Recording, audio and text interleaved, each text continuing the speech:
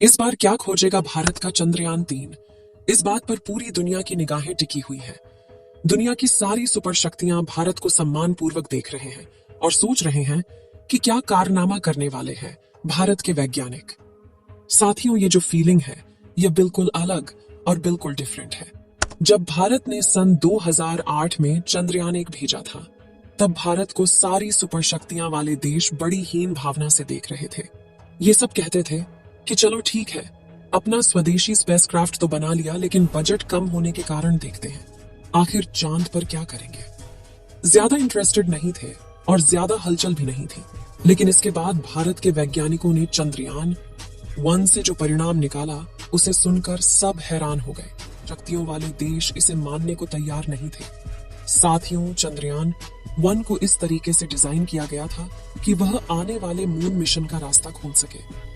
उसके अंदर एक ऐसा प्रयोग डालकर भेजा गया था जो हार्ड लैंडिंग कर सकता था, वह भी डार्क साइड पर, जहां उस वक्त कोई नहीं उतरा था। चंद्रयान 1 ने हार्ड लैंडिंग की और वहां पहुंच के सारे निर्देश पृथ्वी तक भेज दिए। और वहां से इसरो के सेंटर तक इसी ने बताया कि क्या ऐसा वातावरण है वहां पर। अगर हमको चांद पर सॉफ्ट लैंडिंग करनी है तो हमें यहाँ पर क्या क्या इक्विपमेंट यूज करने होंगे, क्या क्या सिस्टम लगाने होंगे। सारा डेटा अब चंद्रयान 1 से होता हुआ इसरो तक पहुंच चुका था। और जब चंद्रयान 1 वहां पर रिलीज किया तो चंद्रमा की सतह से टकराया और उसके बाद जो स्टडी की और वहां की मिट्टी पर जो एक्सपेरिमेंट किए, तो उससे पता चला कि वहां पर पानी हो सकता है।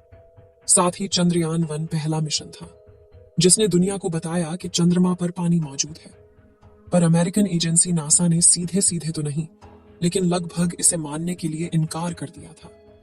उसने ये नकार दिया था। उसने कहा कि अभी अभी तो गए हो, पहला मिशन लॉन्च किया और पानी खोज लिया, और हमने 3000 करोड़ रुपए उड़ाए, फिर भी हमें कुछ नहीं मिला। दोस्तों, इस बात पर फिर अमेरिकी एजेंसी नासा ने लूनर ऑन ऑर्बिटर भेजा। तब वे इस बात को काफी हद तक स्वीकार कर चुके थे कि पानी तो है, लेकिन काफी कम मात्रा में। सन 2008 में भारत ने पहले ही अपने मिशन में बता दिया था, तो इसके साथ यह भी बात पता चली कि यहाँ का पानी सतह से थोड़ा नीचे है।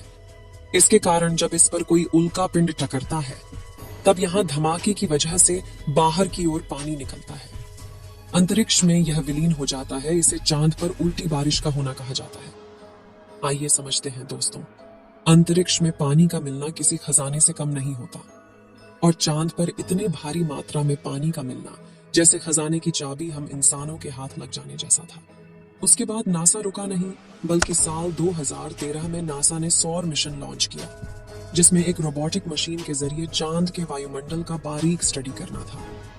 दोस्तों, इस स्टडी में पता चला कि चांद पर बिल्कुल न के बराबर वायुमंडल में भी पानी मौजूद है, जो कि अपने आप में एक सवाल पैदा करता था कि चांद पर इतनी पतली वायुमंडल होने के बाद यहाँ पानी का होना कैसे संभव है, क्योंकि न तो चांद पर वायुमंडल मौजूद है और न ही चांद पर बादल है। तो फिर चांद पर पानी का होना कैसे संभव है? ये सवाल वैज्ञानिकों के लिए काफी इंटरेस्टिंग और चैलेंजिंग टॉपिक बन गया था। दोस्तों, जब उल्का पिंड पृथ्वी के आक्रोशफेयर में एंटर करता है, तो पृथ्वी तक पहुंचने से पहले ही एटमॉस्फेयर में जलकर राख हो जाता है। लेकिन जब यही उल्का पिंड शांत किया जाता है, तो चांद पर कोई वातावरण न होने की वजह से ये आसानी से चांद की सतह से टकरा जाता है, और इस टकराव से चांद पर सतह के नीचे मौजूद पानी तेज रफ्तार से सतह से बाहर आ जाता है, और एटमॉस्फेयर के अभाव में यह पानी सीधे अंतरिक्ष में चला जाता है। चलिए थोड़ा सा चंद्रयान 3 की ओर ध्यान देते हैं। चंद्रयान 3 के चंद्रमा पर उतरने के बाद प्रज्ञान रोवर चंद्रमा की सतह पर अपना पहला कदम रखेगा।